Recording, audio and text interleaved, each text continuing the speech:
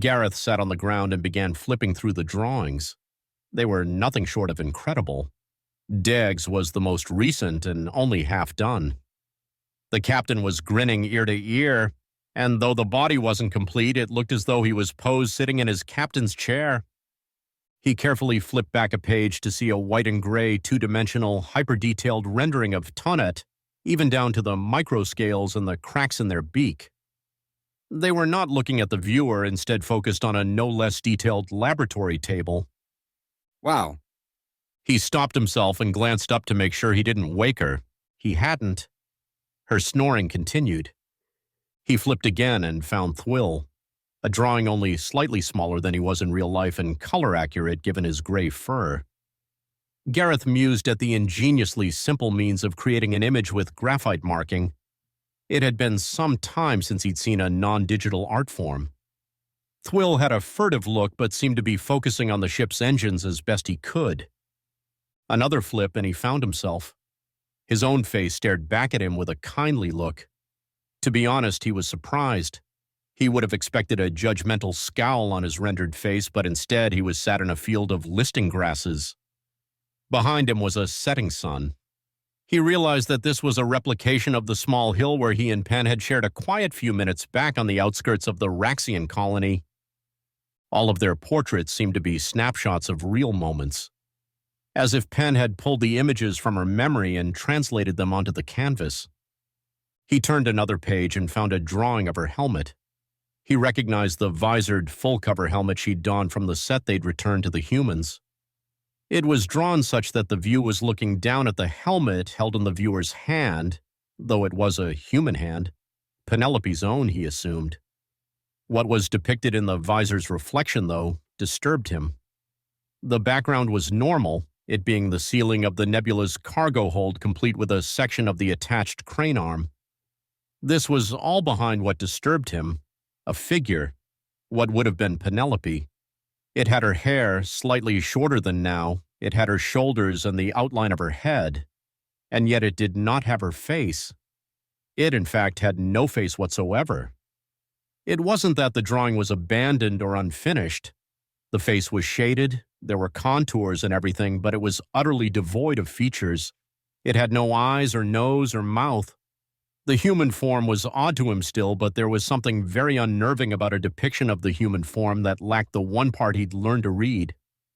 Penelope conveyed much with just her facial expressions, and Gareth was slowly deciphering what they all meant, but here, with the absence of that face, the more he looked, the more uncomfortable he became.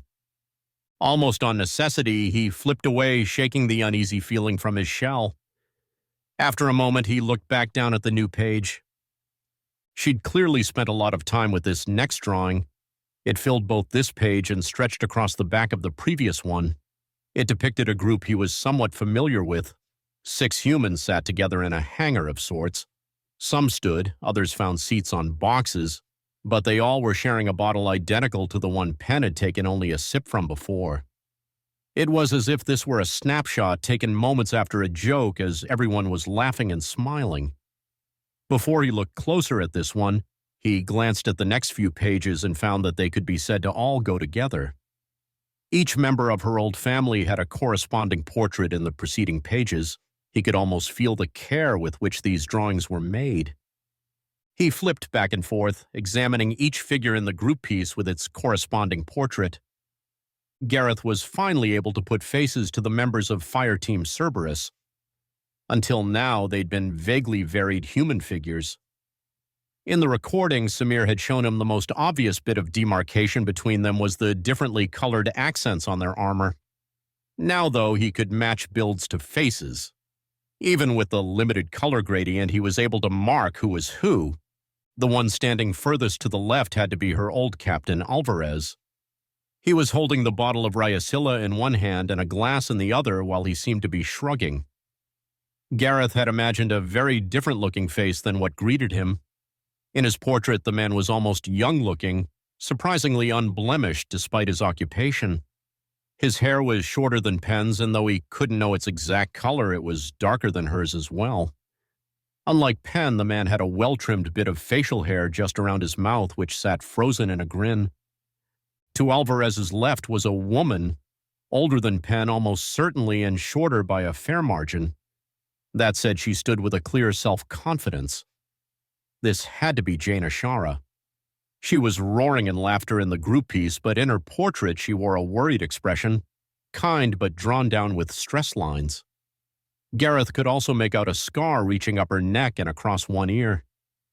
Despite the mournful appearance, her eyes were warm, and Gareth couldn't help but interpret a motherly air to her. Next was a stout but well-built young human male. He had what Penn would call a shit-eating grin on his face in both the group drawing and his portrait. This had to be Mac. He was clean-shaven but had the same haircut as his captain. Gareth realized that the Terran military almost certainly enforced rules on the length of their members' hair, as every one of them, though they might style it differently, had either short hair or none. Mac had a very different facial structure than Alvarez, though. Of course, he had the same general layout as every human, but his eyes were larger, as was his nose. Seeing Mac also altered Gareth's perception of Alvarez's age. If Alvarez looked youthful, Mac was downright boyish. Right next to Mac, and as if scheming with her co-conspirator, was Lei Hinakari. She was the smallest of the group, though certainly still beyond physically fit. She had smaller eyes and facial features in general. Like Mac, she was clearly younger compared to the rest. While both her and Mac didn't look like they could have been siblings, they were acting as if they were twins in the drawing. Penn depicted the two grinning suspiciously at one another. Lei was doing something with her wrist. In her portrait, Lei wore a proud and stately expression.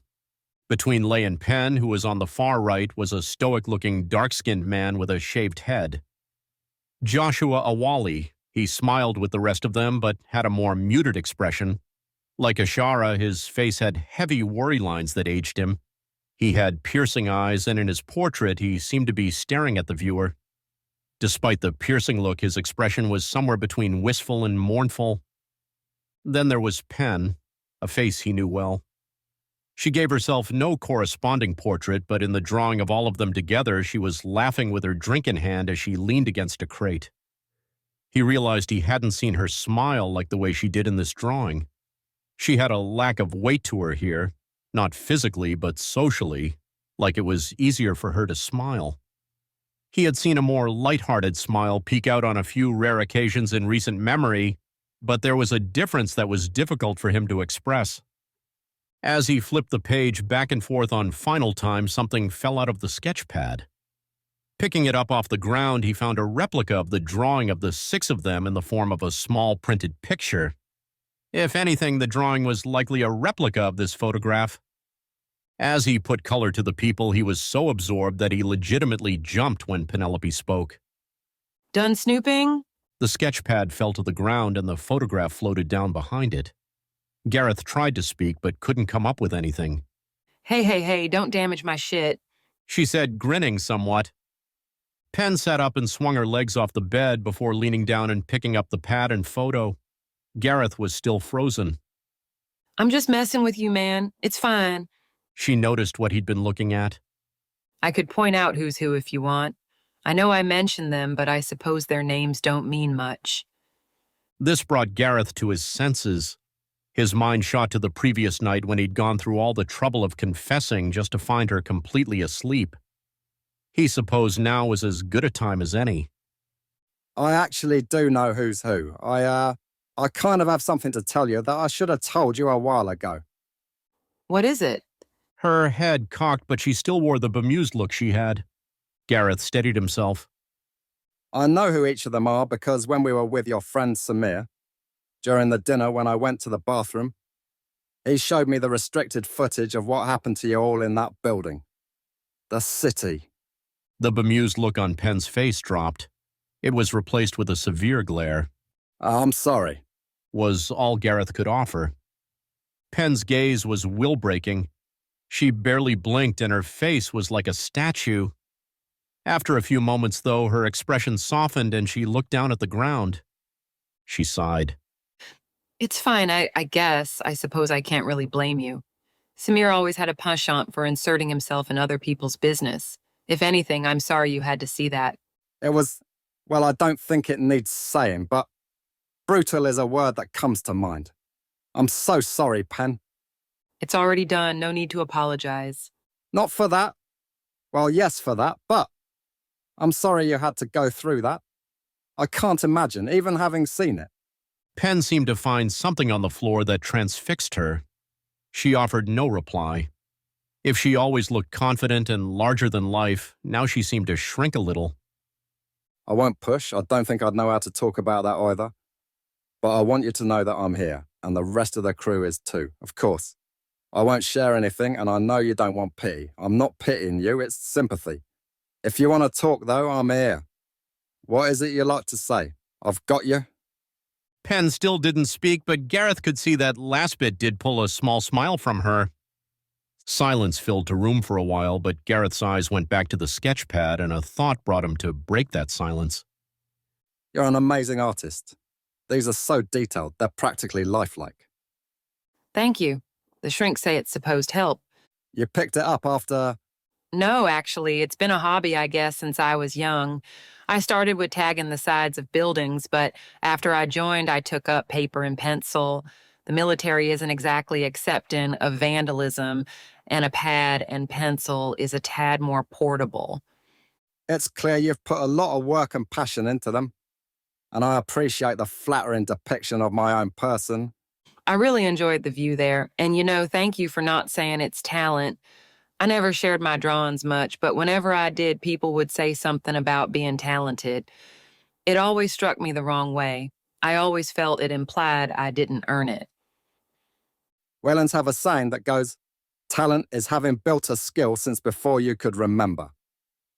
Pen's eyes finally left the floor and found her friend. I like that. She looked at her sketch pad and motioned for him to flip to the beginning. As he did, he found a number of drawings of planets and starscapes. Others were natural scenes, a mountain or a tree line. She started to explain each one as he flipped through them. That was a forest that ringed the campus where I went to boot camp. This mountain had a compound behind it, but from the direction we came in, you couldn't tell anyone lived on the planet at all. First planet I ever deployed to found a quiet corner of the cruiser and couldn't stop looking at the view. She shifted over on the bed and offered for him to sit next to her. He accepted, and as he continued on, he found that the subjects became more and more an even mix between people and natural scenes. Hannah and Mac were with me in training. The others came later when the three of us were invited to Cerberus. I may be misunderstanding something, but it seems fortunate to stick with the two people you grew so close to throughout your career. We didn't actually. After basic, we went to different branches, but came back together for Cerberus. I wouldn't be surprised if the already established group cohesion was a factor, but that's not to say any one of us didn't earn our spot. I see. He kept flipping. She kept narrating. He could almost track her life to a point by where each drawing originated. Finally, he flipped a page, and it was immediately clear they had passed the point of Cerberus's devastating Corman City mission. The previous drawing was of Alvarez laughing heartily. The next was a dark figure cloaked in layers of shadows. Her style had changed quite abruptly as well. It was harsh and far less detailed. He paused. Perhaps she meant not to get to these pages. As he turned to her, though, she started speaking. First nightmare I had. Hadn't picked the pencil up for the entire time I'd been head of Cerberus, but I just couldn't get it out of my head. Shrinks had said it was good to draw, so I picked it back up. But if this is your first nightmare, would that mean they didn't start until after you stepped down? Yeah, I threw myself at the work. Didn't do anything else, didn't think about anything else. Don't think I dreamed at all during that time. He nodded, and as she wasn't stopping him, flipped the page. It was so odd to him that she, for whatever reason, couldn't ask to talk about it directly. Her silence was her way of allowing him to get there without requesting it. The next page was another amorphous, humanoid-adjacent figure. The only clear things were that it was viciously injured at the midsection and seemed to be wreathed in fire. The next few followed the same style. These slowly shifted back to the hyper-detail of her previous drawings. He saw the familiar stoic face of her medic, but now his expression was almost hateful. A seething anger sat behind his eyes as he stared directly at the viewer. One of each of her companions followed in a similar fashion, their expressions twisted in various forms of disgust. These ones are the worst. They just talk. They hate and spit, but I don't want them to leave either.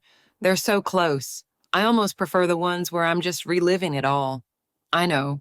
I know they would never say the things they say, but I'm not sure how I would feel if a fake Deg was just, how do you say, twisting the knife?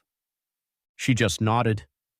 He wasn't sure how, perhaps he'd become better at reading her than he thought, but I got the sense that she was starting to pull away. Maybe the comments were a little too much. As such, he let the silence pad the room. If she wanted to speak, she would. The silence continued until they seemed to be coming out the other side of the proverbial storm. The drawing shifted in subject somewhat. Now interspersed with the rest were starscapes once again. He found the drawing she must have made when she met them. He and Dig were sipping their drinks at the bar just before she'd set the backwater rabble right. She seemed to struggle a bit with the non-human forms, but she came to understand alien biology in a way she could draw it accurately in the span of only a few sketches. Finally, he came back to the portraits of her friends and the Nebula crew. He debated whether or not to say anything. She was still silent, but as the last few drawings had been of a more positive nature, he wondered if there had been a change. He decided to try. I really do like this drawing of me. I noticed these last ones are, your friends are smiling. Were these good dreams? no, just memories. Being with you guys, it sometimes reminds me of the better moments with them. I've always drawn what I wanted to, whatever felt right. And while I haven't stopped having nightmares, it's nice to want to draw something else. Gareth had a number of responses rush through his mind. He thought to tell her he was glad to help, even in such a small way. He thought to assure her the crew would always be there, and that it would make them proud to know she thought of them like that. None of it seemed the right thing to say, though. She was being more vulnerable than ever before, and he'd pushed his luck already with that question. As he'd spent time with her and the other humans here, he'd noticed a lot of indirectness in their communication. They seemed not to like being open, so instead he thought to respond in a way that let the comments slide by. Something that didn't make light of it, but lightened the mood and gently moved to less vulnerable territory. Perhaps I should commission you. I was thinking something of myself, fearlessly diving through this planet's atmosphere. She chuckled. Yes, fearlessly, huh? Of course, that's how I remember it. Right, of course, yeah. No, that sounds right to me. He shared a laugh as he hopped down and placed the sketch pad gently back in the small metal lockbox. He looked at her the whole way, indicating that if she wished to, he wouldn't mess with the box. She watched but said nothing.